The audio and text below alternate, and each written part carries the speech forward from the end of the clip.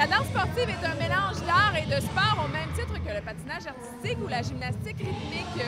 Pourtant, le Comité international olympique a refusé la demande de reconnaissance de la fédération pour que la discipline devienne un sport médaillé. Les adeptes, eux, pensent pourtant que le sport a bel et bien sa place aux Jeux olympiques.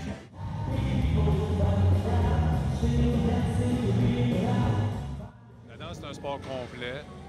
La danse fait appel à la fois autant d'hommes que de femmes, évidemment, ça se danse en couple.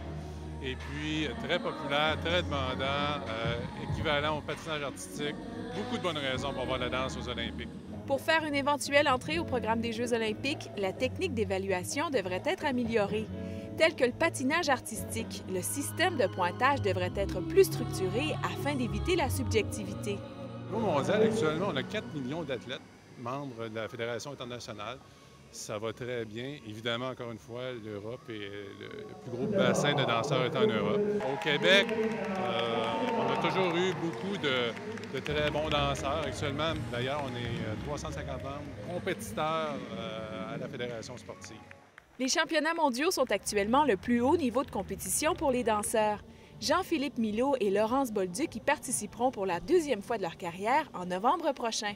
Les championnats du monde, c'est vraiment la plus belle compétition que tu peux participer. Donc, c'est sûr que être parmi les deux qui sont choisis pour être au championnat du monde, c'est très spécial.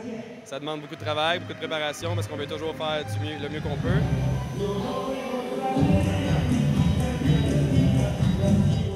C'est sûr que les championnats du monde, il faut se préparer mentalement aussi parce qu'il y a beaucoup de stress en jeu. Les meilleures coupes de tous les pays se rencontrent là-bas.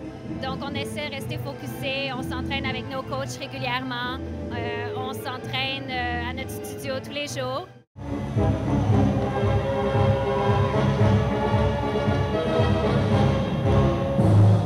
Richard Lichvit et Bella Paskova sont devenus les champions canadiens juniors de leur catégorie. Ils ont alors récolté le fruit de nombreuses années d'efforts.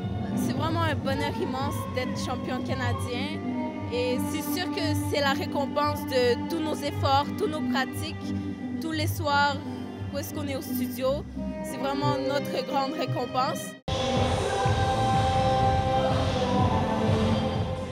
En fait, c'est vraiment quelque chose d'unique puisque c'est quand même le championnat canadien. Ça arrive une fois par année.